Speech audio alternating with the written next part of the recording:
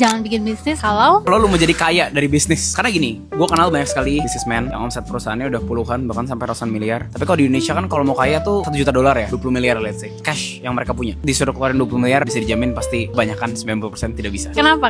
Tapi aku setuju bisnis bisa besar, cuman ownernya nggak tebal Kayak gitu. cash gitu ya. Iya. Karena kalau di bisnis sistemnya tuh makan atau dimakan ya, men. Maksudnya gimana? Untuk bisnis bisa sukses bisa sampai puluhan sampai ratusan miliar, itu uangnya harus diputar terus. Entah itu bikin SKU baru, entah itu buka cabang baru, entah itu investasi di tim, hire tim baru, nyoba bikin pabrik baru. Jadi uangnya harus diputar terus. Kebanyakan bisnismen di Indonesia tuh idealis, man. Maksudnya gini, aku baru mau ngambil dividen nanti aja pas omsetnya udah 300 miliar setahun. Menurut aku sangat amat naif. Itu salah. Salah. Karena cuma butuh kayak gini, satu kejadian blunder atau satu kejadian tidak hoki aja untuk bikin bisnis kamu hancur total. Dan kita lihat, Indonesia tuh nggak kayak US. Mereka mau bakar duit terus sampai revenue besar. Kenapa? Karena jual company itu gampang. Setahun itu bisa ada 1000 atau berapa ratus company yang terjual. Makanya banyak banget yang kaya dan build bisnis. Gak kaman sih di Indo bikin bisnis buat dijual. Iya, di Indonesia paling setahun dijual apa 2 doang. Sekarang pertanyaannya yang dibagiin sama ekspansi berapa? Menurut aku bagusnya setengah-setengah. Jadi 50% dividen, lagi. retain earnings 50%. Betul. Kita nggak akan pernah tahu bisnis kapan rungkapnya. At the end of the day, tujuan bisnis apa? Memperkaya owner, bukan memperkaya bisnisnya sendiri. Berarti kalaupun baru mulai harus menyisihkan profit buat dividen. Setuju. Dari awal tuh harus sih. Di Indonesia dari awal memang harus memperkaya owner. Makin gede margin sebuah bisnis makin bagus. Karena menurut gua orang paling menderita di dunia ini adalah bukan orang yang diremehkan, tapi orang yang terlihat keren. Per dalamnya mereka tahu mereka nggak sekeren itu. Hot take.